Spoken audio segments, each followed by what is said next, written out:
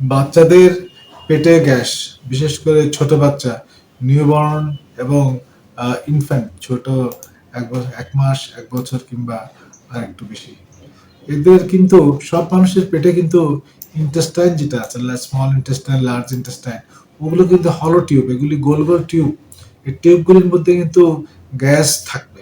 এটাই নর্মাল, এটা ফিজিওলজি, এটা কোনো অসুখের গ্যাস নয়।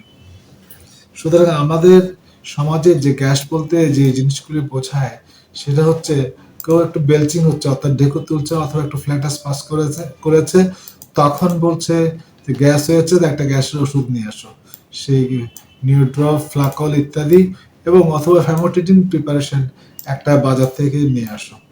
তাহলে পরে এটা কি সঠিক? এটা স্বাভাবিক জিনিসই আপনি কতগুলো ওষুধ এনে খাওয়াবেন, দিস ইজ নট ফেয়ার। সুতরাং এখানে আমাদের জনসচেতনতা বা মায়েদের সচেতনতার দরকার আছে। এগুলো কোনো ওষুধের দরকার নেই। বাচ্চা কান্নাকাটি করছে অন্য একটা কারণে, হি সিক ফর আদার রিজন, সে অথবা আরেকটা কারণে সে হয়তো অসুস্থ, অথবা সে ক্ষুধার্ত। সাধারণত শ্বাসনালী সংক্রমণ ও আপার লোয়ার, সেক্ষেত্রে ওই কারণটা চিকিৎসা করতে হবে। কান্নাকাটি করলে দেখতে হবে অন্য কোনো কারণে কেন কাঁদছে, খিদে লেগেছে, কিংবা একটু ঠান্ডা লেগেছে, একটুখানি শ্বাসটা ঘন চলছে, কিংবা একটুখানি ইউরিন ইনফেকশন হয়েছে, এইটুকু দেখতে হবে। এটা না বুঝে এই ফ্যামোটিডিন প্রিপারেশন কিংবা একটা ড্রপ, ফ্লাকল ড্রপ, এটা সে বাজার থেকে এনে খাওয়া, এটা বোধহয় আননেসেসারি। লাভ কিছু নেই, শুধু শুধু আপনি ওয়েস্টেজ অফ টাইম, যা দরকার সেটা করলেন না, বেদরকারি একটা কাজ করতে গেলেন। তাহলে পরে ফিজিওলজিক্যাল প্রসেস হচ্ছে যে মানুষের পেটে গ্যাস থাকবে। আসলে গ্যাস্ট্রিক শব্দটার সাথে গ্যাস শব্দটা জড়িত। গ্যাস্ট্রিক মানে কোনো গ্যাস মিন করে না। পেপটিক আলসার দুরকম, duodenal ulcer commonest, almost 90%, and gastric ulcer মানে স্টমাক, পাকস্থলীতে যে আলসার থাকে, পাকস্থলীর নাম হচ্ছে স্টমাক, এটা একটা বিকল্প নাম হচ্ছে গ্যাস্ট্রিক। অর্থাৎ ওই শব্দটাকে গ্যাস্ট্রিক শব্দটা এসছে, কিন্তু গ্যাস্ট্রিক মানে কিন্তু গ্যাস নয়, ওইটা একটা জায়গার নাম, ওইটা একটা মানুষের একটা অঙ্গের নাম। অর্থাৎ পেপটিক আলসার অথবা ডিসপেপসিয়া, ফ্র্যাঙ্ক আলসার মানে আপনি আলসার দেখতে পাচ্ছেন এন্ডোস্কোপি করলে।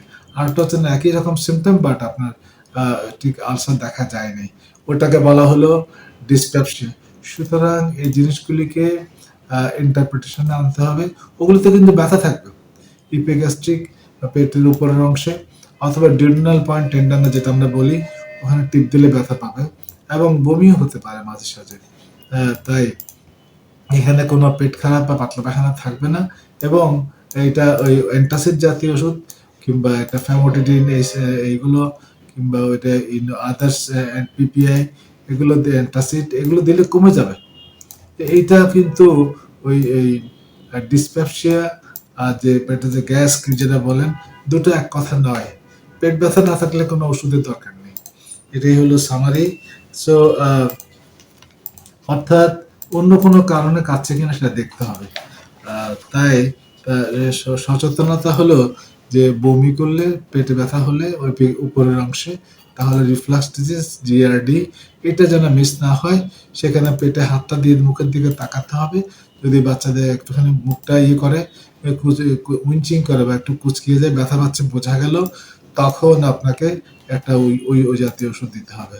রিফ্লাক্সের জন্য যে একটা H2 ব্লকার, একটা অথবা একটা পিপিআই, এবং একটা অ্যান্টি ইমেটিক, ডোমপেরিডন কিংবা আদার্স, যে এগুলো দেওয়া যেতে পারে, দেওয়া যেতে পারে। কিন্তু গ্রস ইয়েতে সবাইকে গণহারে যে দেওয়ার একটা প্রবণতা, এটা সঠিক না।